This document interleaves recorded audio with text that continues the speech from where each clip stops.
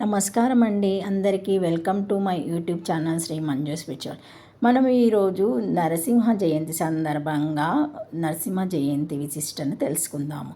వైశాఖ శుద్ధ చతుర్దశి ఉగ్రవీరం మహావిష్ణుం జలంతం సర్వతోముఖం నరసింహం భీషణం భద్రం మృత్యుం నమామి. అనంతపురం జిల్లా కదిరి శ్రీ లక్ష్మీ నరసింహస్వామి ఆలయం గురించి తెలుసుకుందాము. దేశంలోని ఉన్న ఆలయాల్లో కొన్ని నిర్మించినవైతే మరికొన్ని స్వయంగా వెలిశాయని పురాణాలు తెలిపారు. ఈ స్వయంభువ విగ్రహాల రహస్యాలను వేలాది ఏళ్లుగా తెలుసుకోవడానికి ఎంతోమంది ప్రయత్నించారు.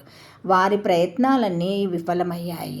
వీటిని వెనుక దైవం ఉన్నాడని భావించిన భక్తులు పూజిస్తూ తమ కోరికలను తీర్చమని వేడుకుంటున్నారు. మన దేశంలోని ఏ రాష్ట్రం లేని విధంగా 2 తెలుగు రాష్ట్రాల్లో నరసింహస్వామి ఆలయాలు మనకు దర్శనం కల్పిస్తున్నాయి. ఈ 2 తెలుగు రాష్ట్రాలలో స్వామివారికి ఎన్నో పుణ్యక్షేత్రాలు కొలువై ఉన్నాయి. ఈ విధంగా ఎన్నో ప్రసిద్ధి చెందిన ఆలయాల్లో ఒకటిగా పేరుగాంచినదే కదిరి నరసింహస్వామి ఆలయం. అనంతపురం జిల్లా కదిరి పట్టణంలో ఉంది. మహిమాన్వితుడిగా పేరు మోసిన నరసింహస్వామి కొలువైన ఆలయం. ఆలయానికి పశ్చిమానున్న గోపురం వెనుక భాగంలో ఓ కోనేరు ఉంది. దీని భృగుతీర్థమని పిలుస్తారు. పౌరాణిక ప్రాశస్త్యంలో అటు మనిషితో కానీ జంతువుతో కానీ ఏ ఆయుధంతోని మరణం లేకుండా వరం పొందిన హిరణ్యకశిపుడు ఆగడాలను అంతు లేకుండా పోయింది. విష్ణు భక్తులను హింసిస్తూ చివరికి తనయుడు ప్రహ్లాదుని కూడా విడిచిపెట్టలేదు. నరసింహుడి రూపంలో వచ్చిన శ్రీ మహావిష్ణువు హిరణ్యకశిపుడిని సంహరించారు. ఇది జరిగిన ప్రదేశం అహోబిలం. హిరణ్యకశిప సంహారం తర్వాత కూడా స్వామి ఆగ్రహం చల్లారకపోవడంతో ఘీంకారం చేస్తూ కదిరికి 2 కిలోమీటర్ల దూరంలోని ఓ పర్వతానికి చేరుకున్నాడు. దీన్ని గమనించి దేవతలు ప్రహ్లాదుడితో సహా ఈ పర్వతంపైకి వచ్చి స్వామిని శాంతింపజేయడానికి అనేక స్తోత్రాలను పఠించారు. దీంతో నరసింహుడు శాంతించాడు. దేవతలు స్తోత్రాలను పఠించడం వల్లే ఈ పర్వతానికి స్తోత్రాద్రి అని పేరు వచ్చింది. ఈ కదిరి ఆలయంలో కొలువై ఉన్న స్వామివారి పేరే కాటమరాయుడు. అసలు ఈ ఆలయంలో ఉన్న స్వామివారికి కాటమరాయుడు అని పిలవడానికి గల కారణం ఏమిటి?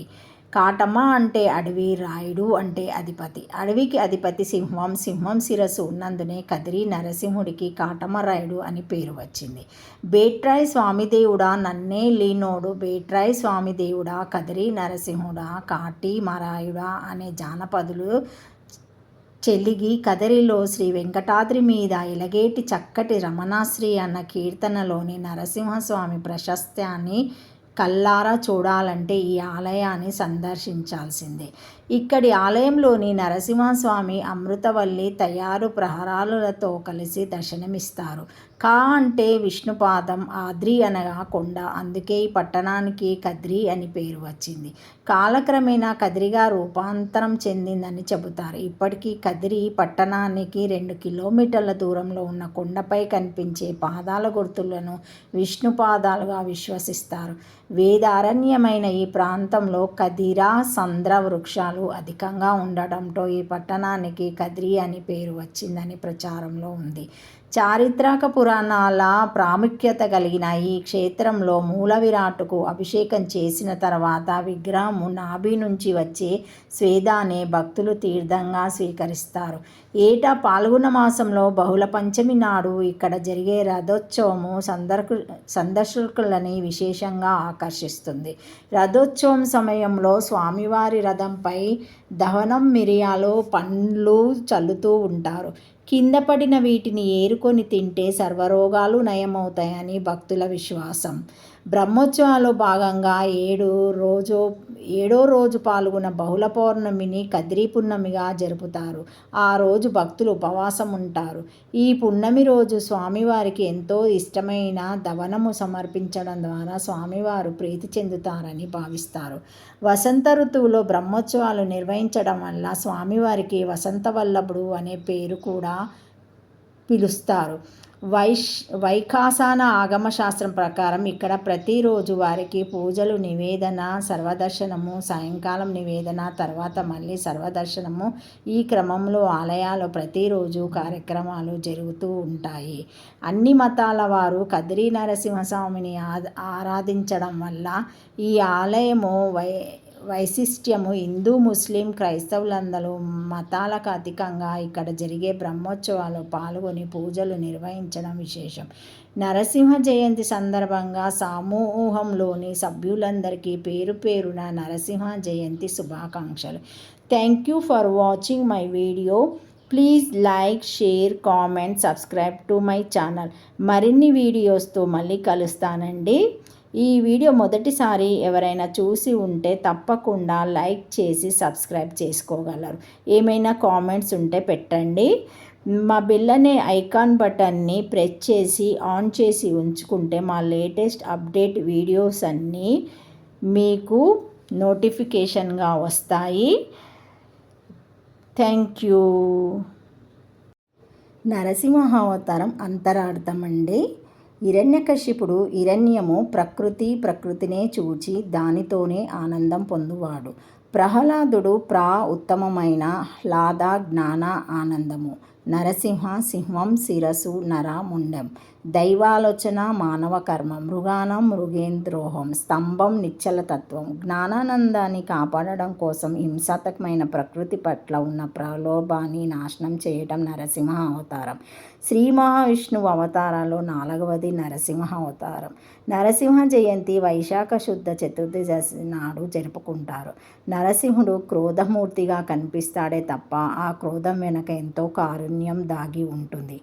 అవతార వృత్తాంతము: వైకుంఠ ద్వారపాలకులైన జయ విజయములు శాపవశత్తు 3 రాక్షస జన్మలు ఎత్తి శ్రీహరి చేత సంహరింపబడి తిరిగి వైకుంఠం చేరుకుంటారు.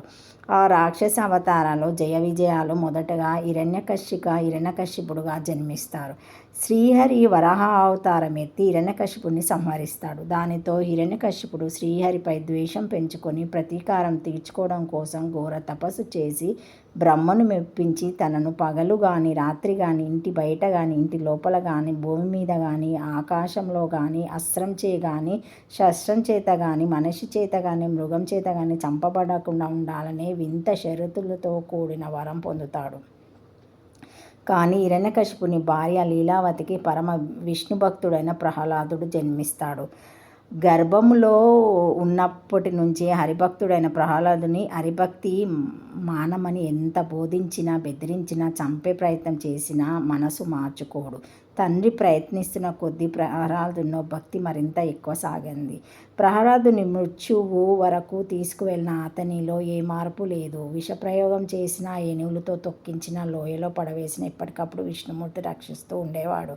విసిగిపోయిన హిరణ్యకశిపుడు నీ విష్ణువు ఎక్కడున్నాడో చెప్పమనగా ఇందుగలవాడు అందులేడని సందేహం వలదు. ఎందెందుకు వెతికినా అందందే కలడు నా శ్రీహరి అని భక్తితో ప్రహ్లాదుడి స్తంభంలో కూడా నా శ్రీహరి ఉన్నాడు అని చెప్పగా దానితో మరింత అగ్రవేశాలకు లోనే హిరణ్యకశిపుడు ఈ స్తంభంలో ఉంటాడని నీ శ్రీహరి అని ఒక్క పెట్టున ఆ స్తంభాన్ని తన గదతో పగలగొట్టాడు. అంతే భయంకరకారకుడై తల సింహం రూపంలో మొండె మనిషి ఆకారంలో నరసింహమూర్తిగా అవతరించి గర్జిస్తూ ఒక ఉదాటున రాక్షసుని తన తోడల మీద పడుకోబెట్టి తన గోళ్లతో అతని వక్షస్థలాన్ని చీల్చి చెండాడి హిరణ్యకశిపుని సంహరిస్తాడు.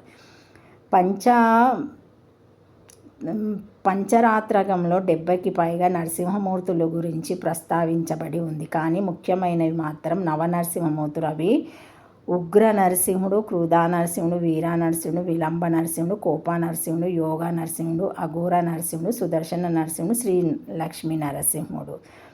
నరసింహ జయంతి రోజు ఉపవాసం ఉండి నరసింహమూర్తిని పూజించి సద్గతులు పొందవచ్చునని ఇందుకు సంబంధించిన కథ ఒకటి నరసింహ పురాణంలో ఉంది. అది చెప్పాలంటే చాలా టైం పడుతుందండి. నెక్స్ట్ వీడియోలో చేసుకుందాము, ఆ కథను గురించి తెలుసుకుందాము. Thank you for the watching my video. Like చేసి సబ్స్క్రైబ్ చేసుకోగలరు. Thank you.